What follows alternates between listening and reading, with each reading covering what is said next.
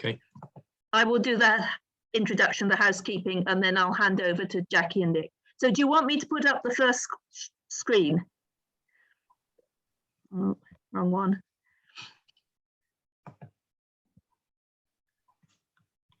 Share. I'll begin. It works. Okay. Are you letting people in, Jackie, or am I?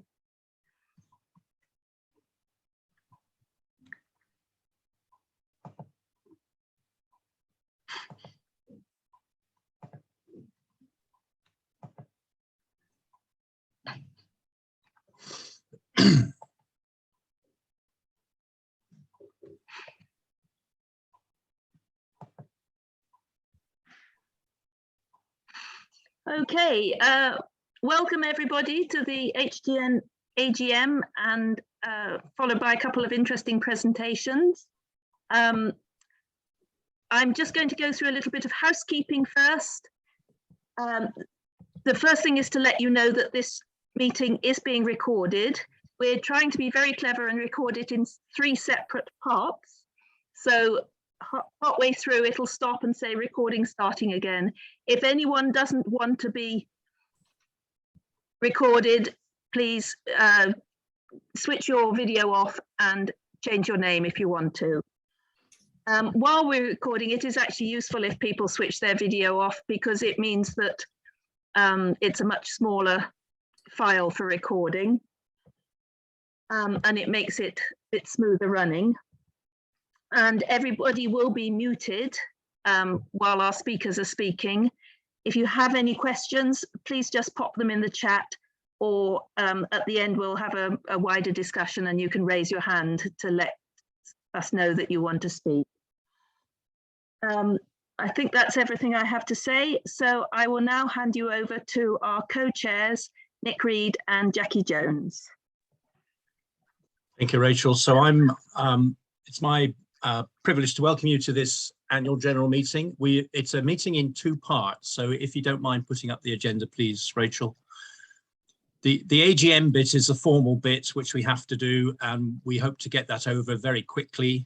And then the exciting bits are where we have 2 presentations, one on the Great Collaboration, and in particular on some survey work that's been going on, and the other is from Ellie Chowns and her role with Herefordshire Council and the possibilities within Herefordshire. So if you're happy, we'll move on to the AGM. Next slide, please. So that's what we're going to go through tonight. If you didn't expect to be sitting through the AGM and you don't want to, by all means come back in about 15 minutes, but you may be interested because it's what we've been doing even during lockdown. And so that's this evening's meeting. The co-chairs report, financial report, where we are financially. Whether there is any of you that is interested in joining the steering group, more of that in a minute, and then the members meeting, which is, as I say, the Great Collaboration, and Ellie Chowns on the challenges and opportunities of local climate action. Next, please. I'm assuming you can all see these slides. If you can't, please shout now. Although, as you know, COVID had a huge impact on what we were doing and what all sorts of networks and organizations were doing, we've ended in a much better position really than when we started, in that we have 300 more subscribers to our newsletter and attending at events than we did in April 2021. We have 29 groups, that is to say organizations or networks who are members, and that's up from 13 last year. And 16 parish councils have registered with us, and that's up from 10. So I guess we would argue that our impact, or the opportunity at least to reach people across Herefordshire, is improving. There has been quite a change in the staff team. Anyone who is funded by us is actually self-employed. We don't have the possibility of employing people. But Wendy, who many of you will know, was our admin support and events coordinator. She was with us for 2 days a week until spring of last year. Fortunately, Rachel was then appointed, and Rachel is 1 day a week, again on admin support and events.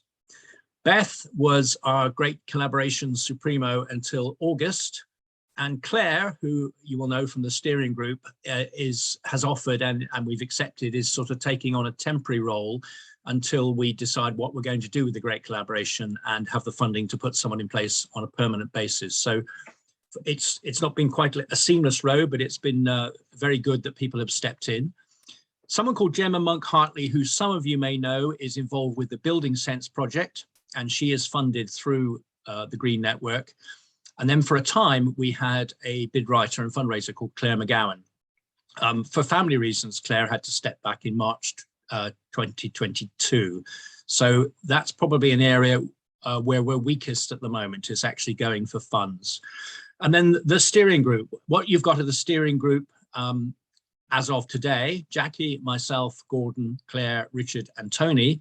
But within the period of this annual general meeting, we've also had Christina, Danielle,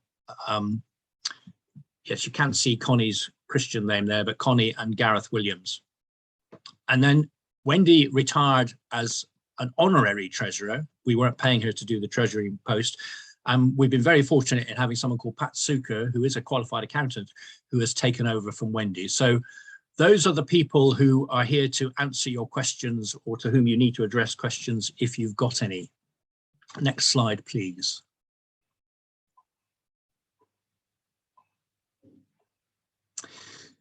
We've tried just to give you a brief overview where we think we are, and in terms of the level of impact of the network. I mean, the network is you, essentially. So all we're doing is trying to coordinate and help the collaboration. We've spent a lot of time and effort on trying to improve the website.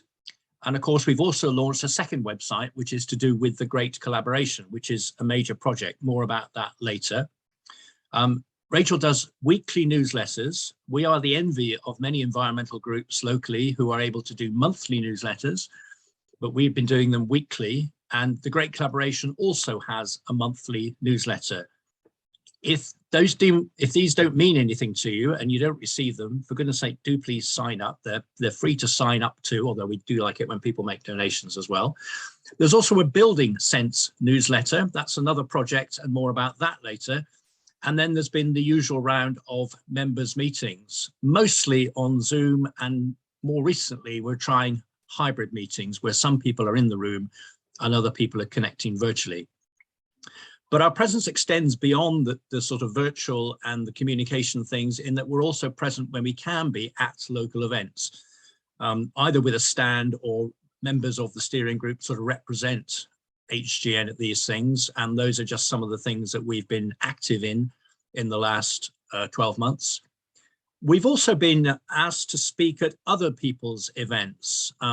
Care for Creation Day was a Methodist district event, and we were asked to do a presentation at the Transition Alliance National Conference. They were interested in what this small rural group was doing. Most of their participants were urban based, so we led a sort of workshop for them as well.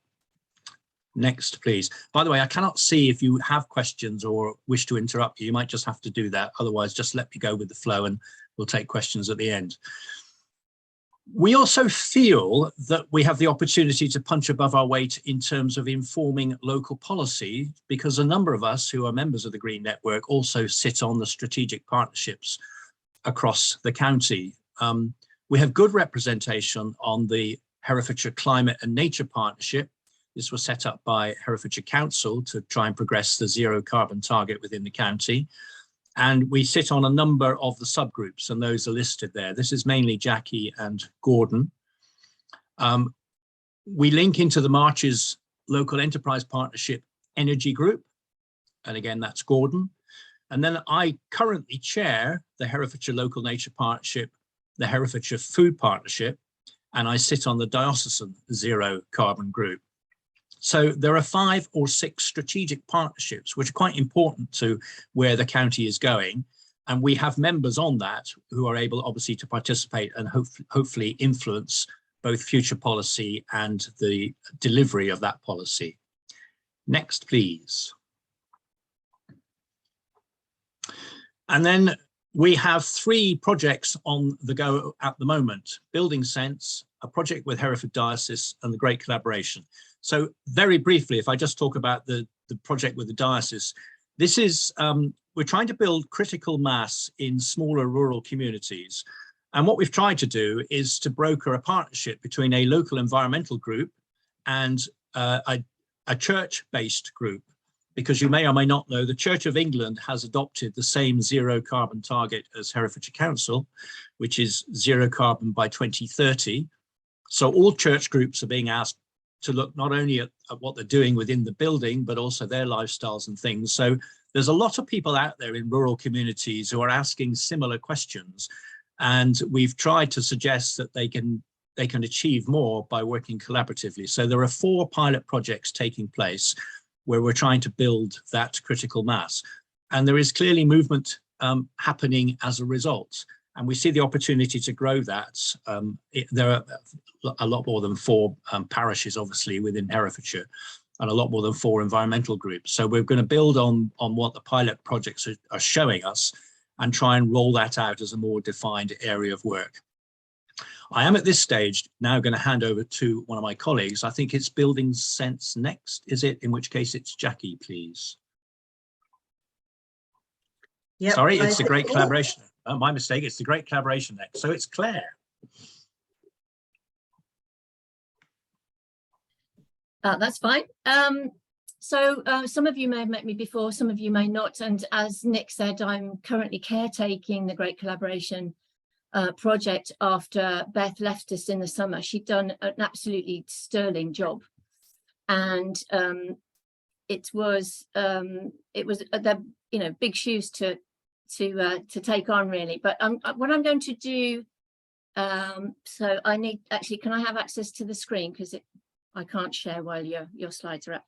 What I'm going to do is do a brief overview of the toolkit, because I suspect that quite a few of you might have already heard Beth do a presentation. I don't want to kind of do anybody out of the information they need to learn about it. So I would encourage anybody that hasn't really looked at it to go onto the website and have a look at it as soon as you can. It's been rebuilt in the last 6 months, and it's really, we've had some lovely feedback that it looks extremely professional and that it's very welcoming. So I will tell you all about it when I can get my slides up, show you what I mean. Okay, I'm just going to keep talking rather than have a hiatus. So the project is it's sort of in 3 stages, in 3 layers. And it works at a very local individual level. It works at a parish level, and it works at a sort of community level. And the local level gives people the opportunity to access advice and guidance on small steps, easy steps that they can take to affect their carbon footprint. It also gives them links to other pieces of information, other advice. And once they've registered, there are up to 64 different options on that. Are we any nearer for me to be able to share my slides? I think what we need to do is ask Rachel to stop sharing, Claire, so that you can share.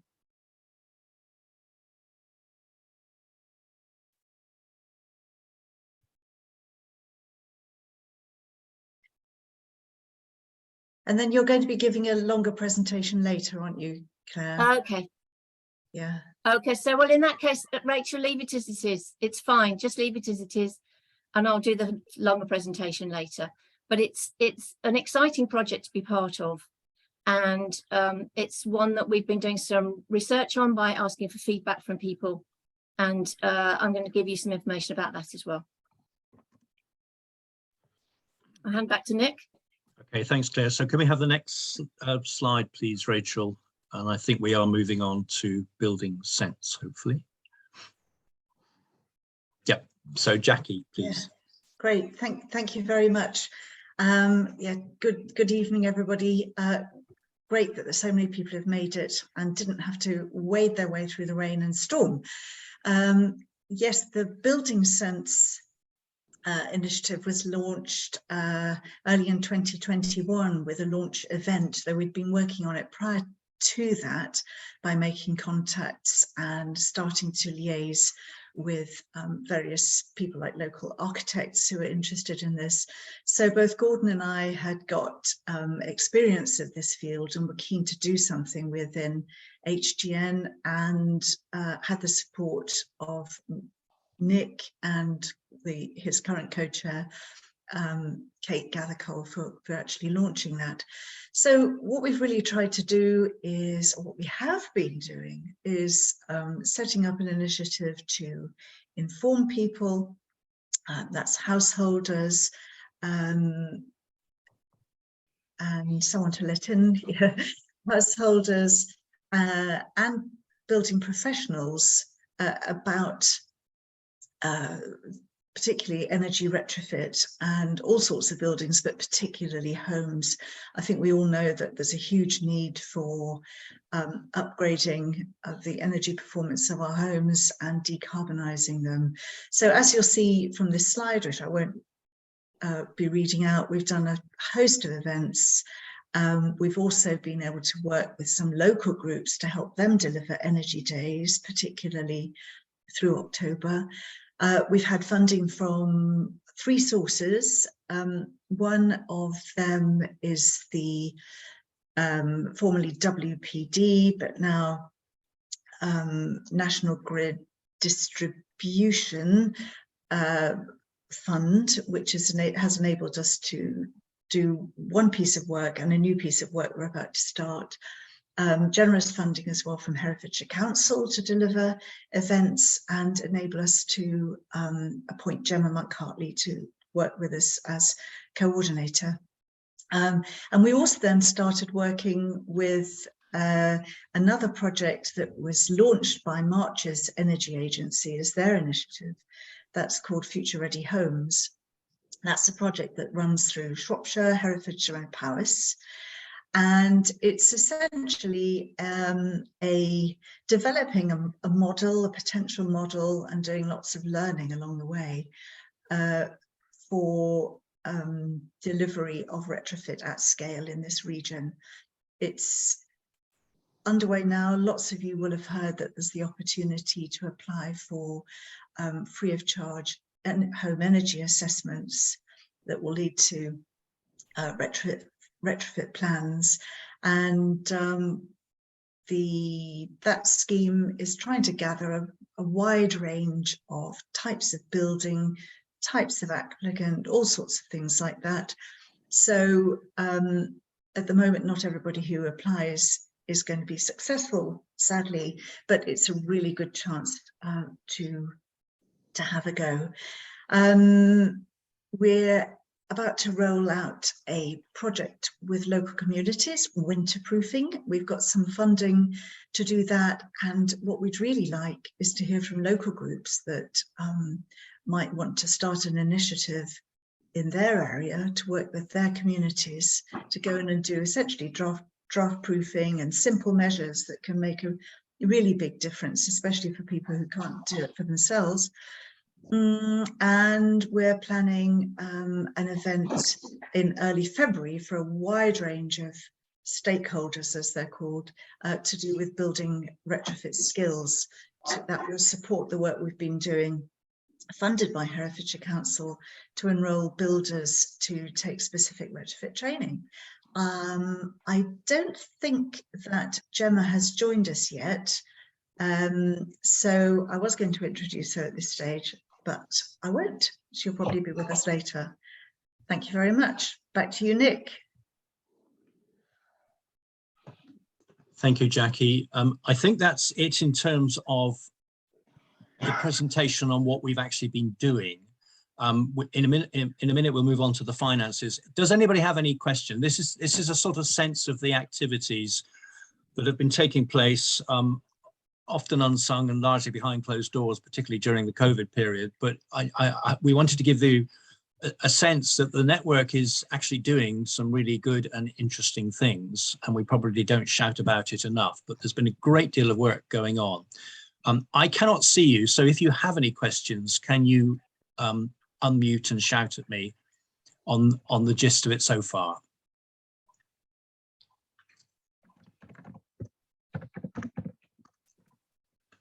Sounds like a dentist waiting room, which is probably very good. In which case, I mean, the questions can come later if not. Could I have the next slide then, please, Rachel? Pat couldn't be with us today, but she has very kindly produced a financial report. The important thing to point out is that this is to the 31st of March this year, because that's the end of our accounting year, and things will have changed since this picture. But as this is an AGM, I'm just going to talk you through this. It's very straightforward. The figures in brackets are not losses. The figures in brackets are the same heading at this time last year. So the 31st of March 2021, just so that you can see the differences. Our membership income has gone up from 1187 to 2136. Our grant income has gone up mainly because of the great collaboration, and there will be more about that later, but also to some extent for building sense. So our total income over the year went up from 27,700 to 38,900. If you add that to what was carried forward from each of those previous years, then it looks as if we've ended the year in a very healthy position with £46,300. We spent £25,400. So at the end of March, we had £20,900 to carry forward. I have to say this situation since then is very different because the projects have continued to be funded. There is some tranches of money still to come in. So where we are at the moment is we are doing quite a drive to try and raise some more funding. The Great Collaboration Project, the funding is coming to an end, for example. We want to keep that going, but the initial funding is coming to an end. So on paper, we look healthy, but the healthy bit is that it's 6-7 months ago, and we've spent some more money since then. But I mean, in terms of a small network, it's pretty good in terms of the money we've been able to raise and what we've spent it on. That essentially is the financial report. Again, if you've got any questions, now is the time to shout, please. I'm not Pat, I'm not treasurer, but I'm sure there will be people from the steering group who can answer any questions if you've got them. I can't hear anything, which is jolly good. In signing some of these contracts, Jackie and I as co-chairs became quite exposed in that it was pointed out to us that we would be personally liable if any of these things folded. And that was one of the drivers. We're not reporting on this tonight, but we have raised it at previous meetings. We are going to establish Herefordshire Green Network as a CIO, a charitable incorporated organisation, in order to give ourselves some legal protection, but also in order to raise additional funding, because effectively we will have a charity number and some people only give grants to existing charities. It won't essentially alter what we're here to do or what we do for you, because the network exists for you. It's your network, but we're setting it up to try and provide a more robust basis for the network to continue into the future. We have a constitution which we've adopted. We're working through the paperwork now, and I would hope certainly by this time next year, but hopefully long before then, we will have a charity number and be on it on a sort of more sound footing. What it does mean is that if we go to the next slide, we are looking for new members of the steering group, but there is no expectation that joining the steering group will automatically make you charity trustees when the CIO is established. So I just want to reassure you about that. Of course, if you are interested in becoming a trustee of the CIO when it's set up, we'd be more than happy to have that conversation with you. But joining the steering group is not an automatic sort of locking you into a legal status, which may happen at some time in the future. We have put out the call. We've not really had anyone beating a path to our door. The steering group is like a charity trustee, I suppose, in that it exists to try and manage the network and give it some strategic oversight. We have contracts and we have a website, so clearly we have to be cognizant with GDPR and sort of legal compliance. The steering group is responsible for trying to raise the resources to do the things we want to do. And within that, there are two subgroups, which are human resources, and that's a sort of a Zoom meeting every week with the people who work for us, just to make sure that they're okay and that if there are any issues, we can iron those out. And a communications group, which is trying to look at the best and most effective way of communicating with you, the members, and with the wider public. I've put that up. We're looking at most, I guess, 2 to 3 hours a week, and a steering group meeting once every couple of months at the moment. So it's not particularly onerous, but we are looking for people with enthusiasm, and in particular, if you've got sort of project management or strategic development skills. Fundraising is going to be priority for the future, so anyone with a sort of funding background would be immensely helpful. You are welcome to volunteer tonight, but if you'd like an off-the-record conversation or a chance to talk to other members of the steering group first, that is fully understood. But please do keep it in mind. And also, even if it's not for you, if there are people you think we might approach who might be sympathetic to what we're about and have these skills, we would love to hear from you. Is that okay? That, ladies and gentlemen, is the end of the annual general meeting. So one more opportunity to see if you've got any questions. And if it remains as a dentist waiting room, we will stop recording, because we're going to do 3 recordings, so we don't have to do an